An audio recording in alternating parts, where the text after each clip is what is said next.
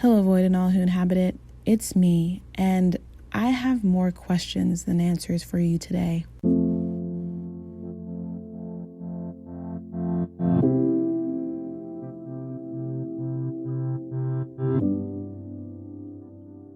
Recently, many historical fiction shows and shows featuring high fantasy recreations of Western Europe have been dabbling in the Rodgers and Hammerstein's Cinderella interpretation of their background population. People of color exist. They might even get to be a major side character. But often, the characters who get reimagined or straight up designed as people of color are men, with very few non-white women existing in the story, even as extras. But of the women who do exist, they're all kind of assholes.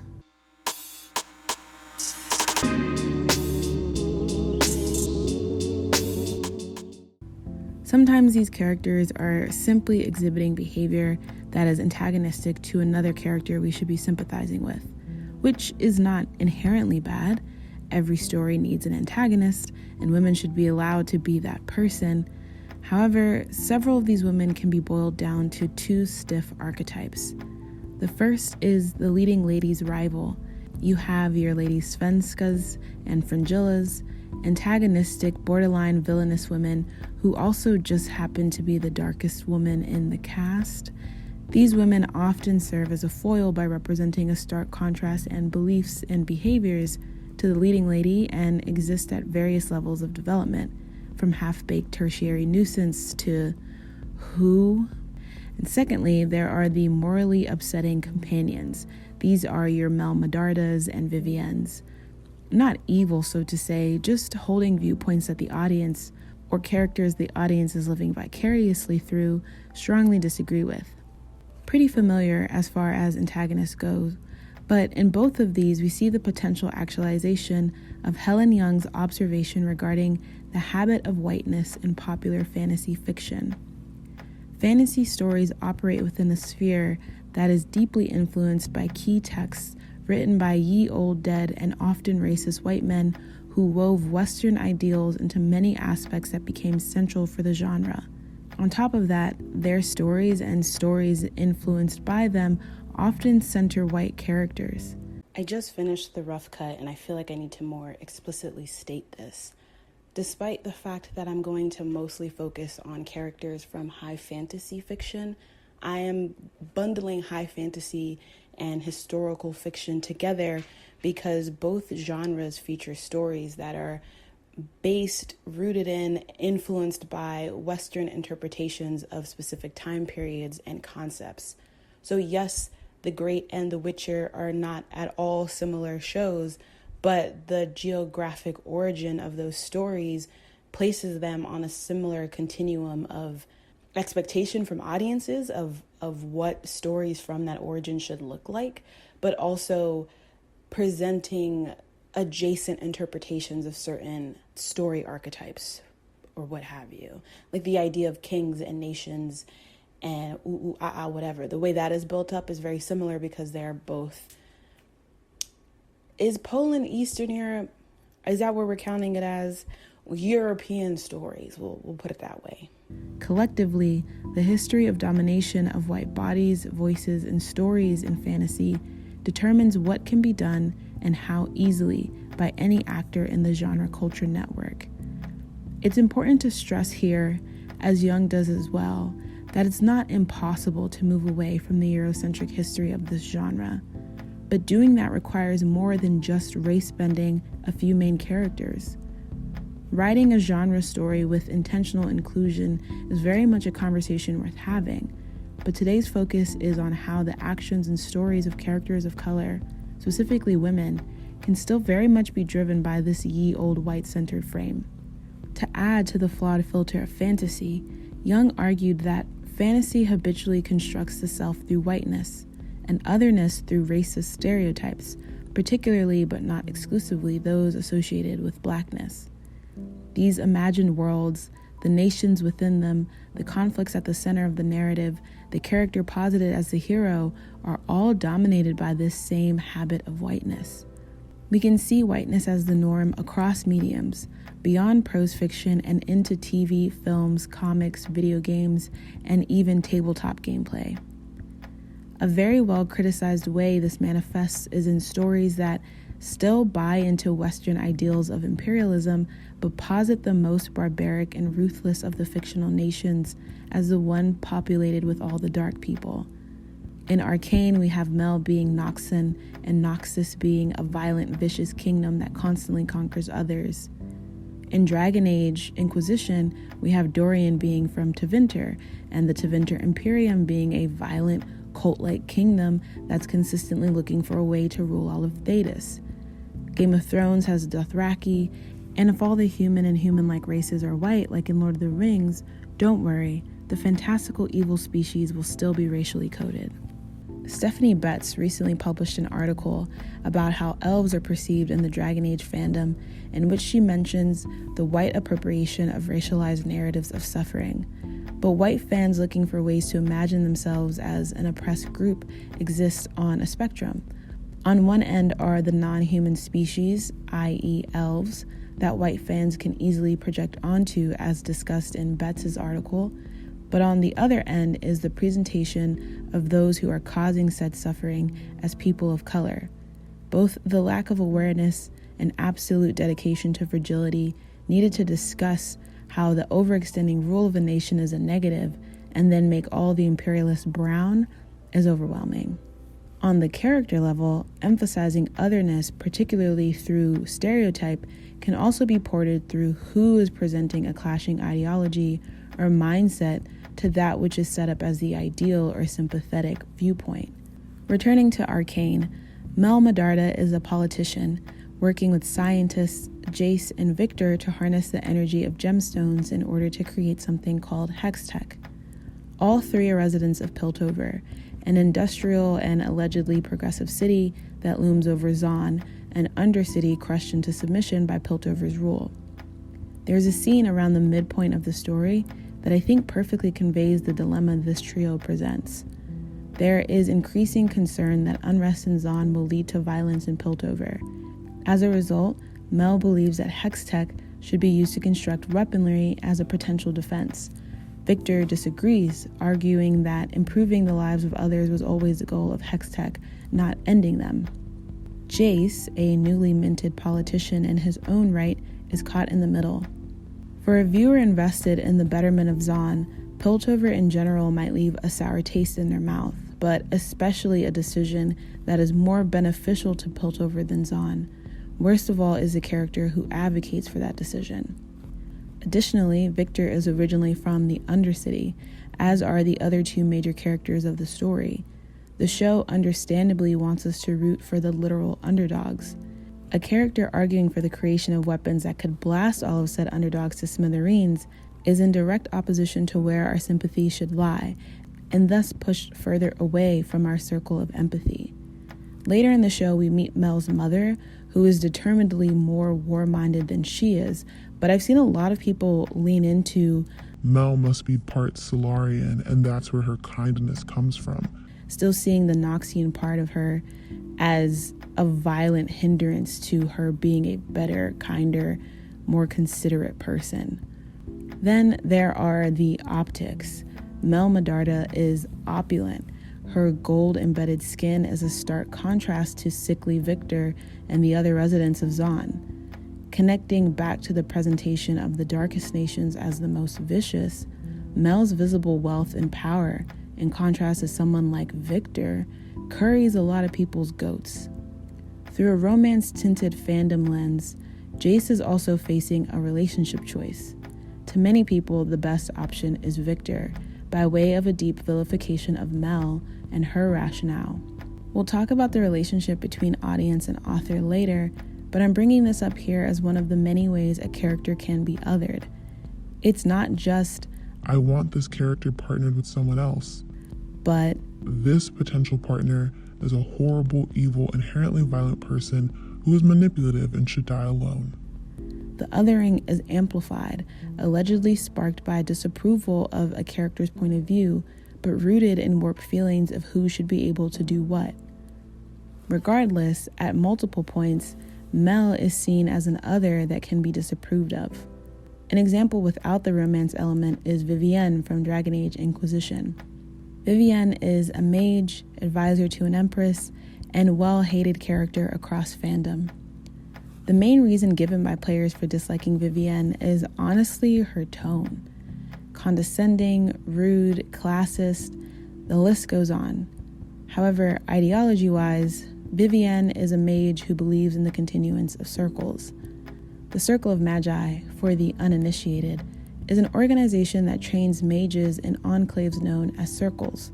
It sounds innocuous, but circles are the source of major strife throughout all the Dragon Age games, but especially Inquisition because of the abuse and mistreatment of mages that occurs in them.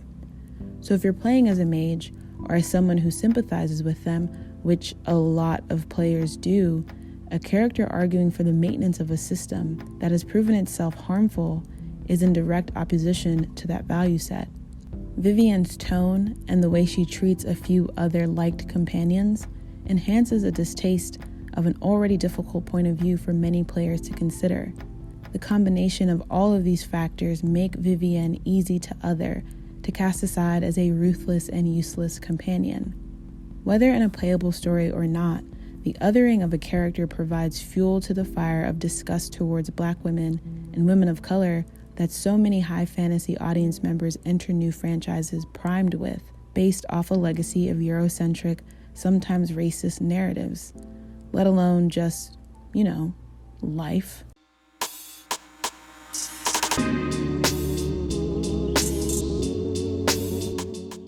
Another uncomfortable similarity between these two examples is that Vivienne and Mel are both good politicians.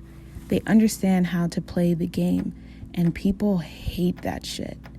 It's bad enough that this character exists, but for her to have importance, influence, an opinion that requires nuance and consideration, perish the thought. It's kind of reductive to ask if people hate the same behavior to the same extent in men. It's too easy to find examples where they don't, but it is worth questioning why people struggle to offer the same nuance so easily provided to male characters who act like dickheads, especially when the narrative is pushing the audience towards consideration, not away from it. Yennefer and Fringilla from The Witcher, specifically Season 2 where they are both more developed, are two characters whose behavior ranges from morally questionable to reprehensible, and they are allowed the space in the narrative to grapple with that. But Fringilla was paid dust in the first season, both in canon and fanon, and Yennefer is often othered by way of her behavior to make space for Geralt to partner with Jaskier in fandom. Misogyny is definitely at hand here, but a Eurocentric mindset from the audience, further detaching from these characters of color, who are both white in other depictions, is also at the root of an unwillingness to engage with their stories. If you do not view women of color, especially Black women, as equals because you've been primed to think that way, because high fantasy is so blisteringly white, because the story itself says that all brown people are bad, when you are presented a character that challenges that, you will struggle as a consumer or a creator of that story. So of course, characters of color, specifically women, can be antagonists, can make bad decisions. The bigger question is, can that characterization be made without vitriol? If high fantasy and fantastic recreations want to manage that, there's two major pitfalls to be cautious of. The first is a story attributing antagonism to some really questionable messaging. Again, Mel being from a nation that is seen as more inherently violent, a nation we don't get to examine or see fleshed out over the course of the story thus far, is troubling. Dragon Age does the same with Dorian and the fact that we've never seen the Tevinter Imperium. That's not to say there isn't terrible shit happening in these fictional locales, but rather to question a narrative that wholeheartedly presents negative discussions of this place as a kind of, at least we aren't living over there, message that reflects real life conversations.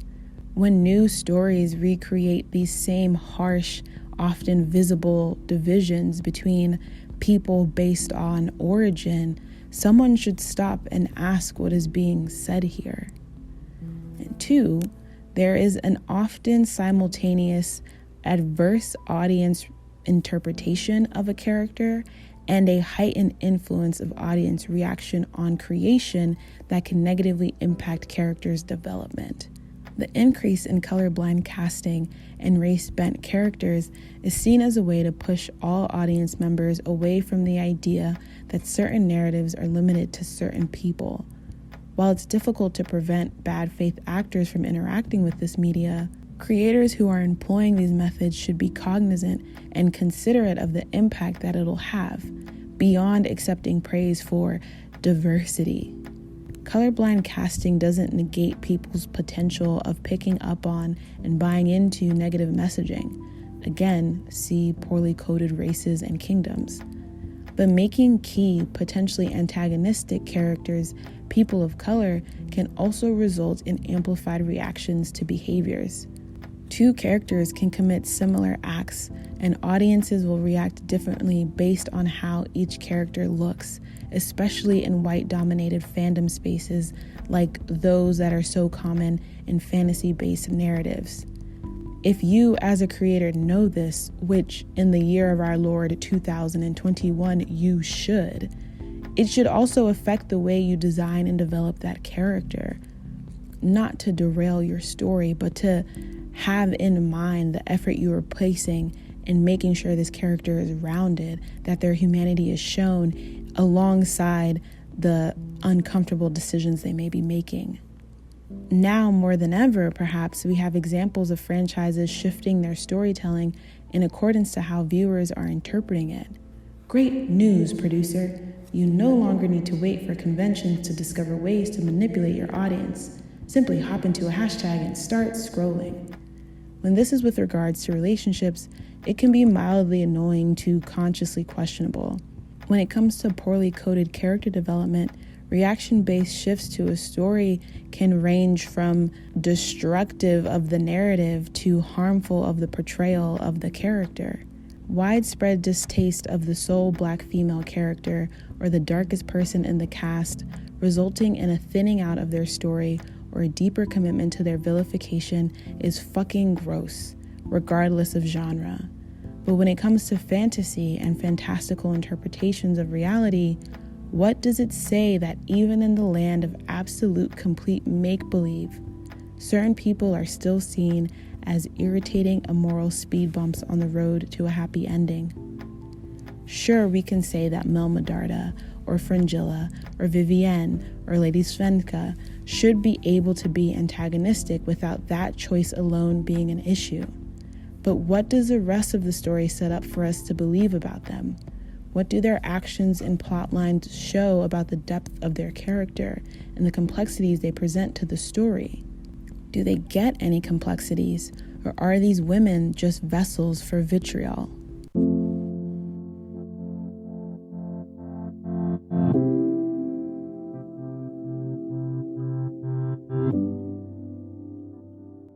If you made it to the end, thank you for making it to the end. I hope y'all are staying safe and getting some time to wind down as we approach the end of the year. I made a community post earlier this week, but I wanted to thank y'all vocally as well for all your support and interest and likes, shares, and comments this past year. Question of the day is, what are you looking forward to or starting to plan for 2022? I'm trying to be hashtag professional, or maybe just like hashtag consistent, and made a content calendar for the new year. It's mostly empty, but I'm excited to say the first video of 2022 will be a deep dive into season 5 of Insecure. The outline is long, the screen caps are collected, and depending on how tomorrow goes, this will be going up on Saturday, so Sunday, Boxing Day. Happy Christmas to all those who celebrate. Happy holidays in general. Yeah, Boxing Day will be the finale. Did y'all know Boxing Day is for the servants, by the way? I just learned that this year. I had no idea what it was. We don't do that over here. Anyway, yeah. Insecure review coming soon, and not soon. It's coming second week of January. Anyway, until then, stay safe.